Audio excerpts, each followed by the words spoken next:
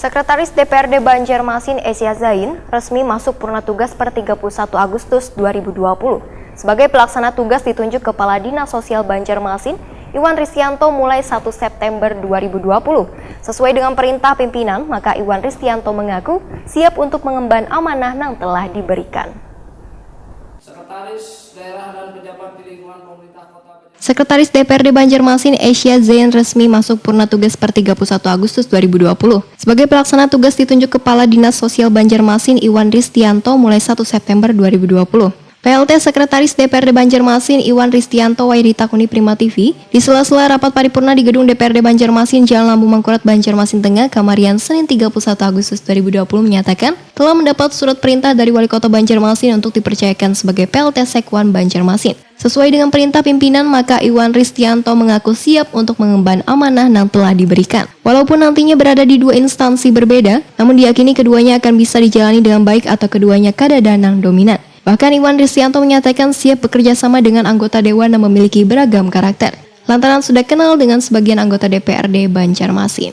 Tinggal menyesuaikan diri, Iwan meminta arahan dengan wakil rakyat tersebut. Untuk melancarkan tugasnya nanti, Iwan Ristianto menyatakan sudah berkonsultasi dengan Sekwan yang purna tugas, sehingga kegiatan Dewan yang sudah disusun bisa berjalan dengan baik dan sesuai aturan.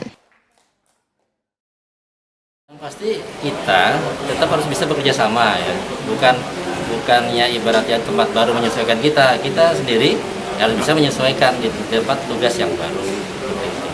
Ya kira-kira nanti kan kita banyak kenal juga semua dengan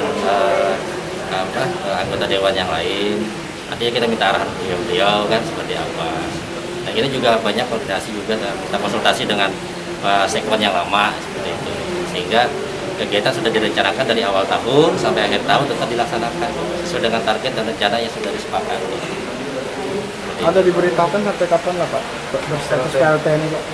Sesuai dengan edaran Menpan, kan PLT ini 3 bulan diperbaharui. Nah, kita sesuai aturan aja. Sesuai aturan nanti 3 bulan diperbaharui. Memang kalau misalnya masih dipercayakan, lanjut. Kalau memang masih ada nanti pembaharuan, ya tidak ada masalah. Kalau menurut definitif, kira-kira setuju nggak? Itu tergantung pimpinan kan, tergantung pimpinan. Kita sesuai dengan ibaratnya prosedur aja, sesuai prosedur ya, sesuai prosedur aja. Karena kalau kami sebagai pegawai negeri ditempatkan di mana saja itu sama aja, ya kan, seperti kita tetap melaksanakan tugas.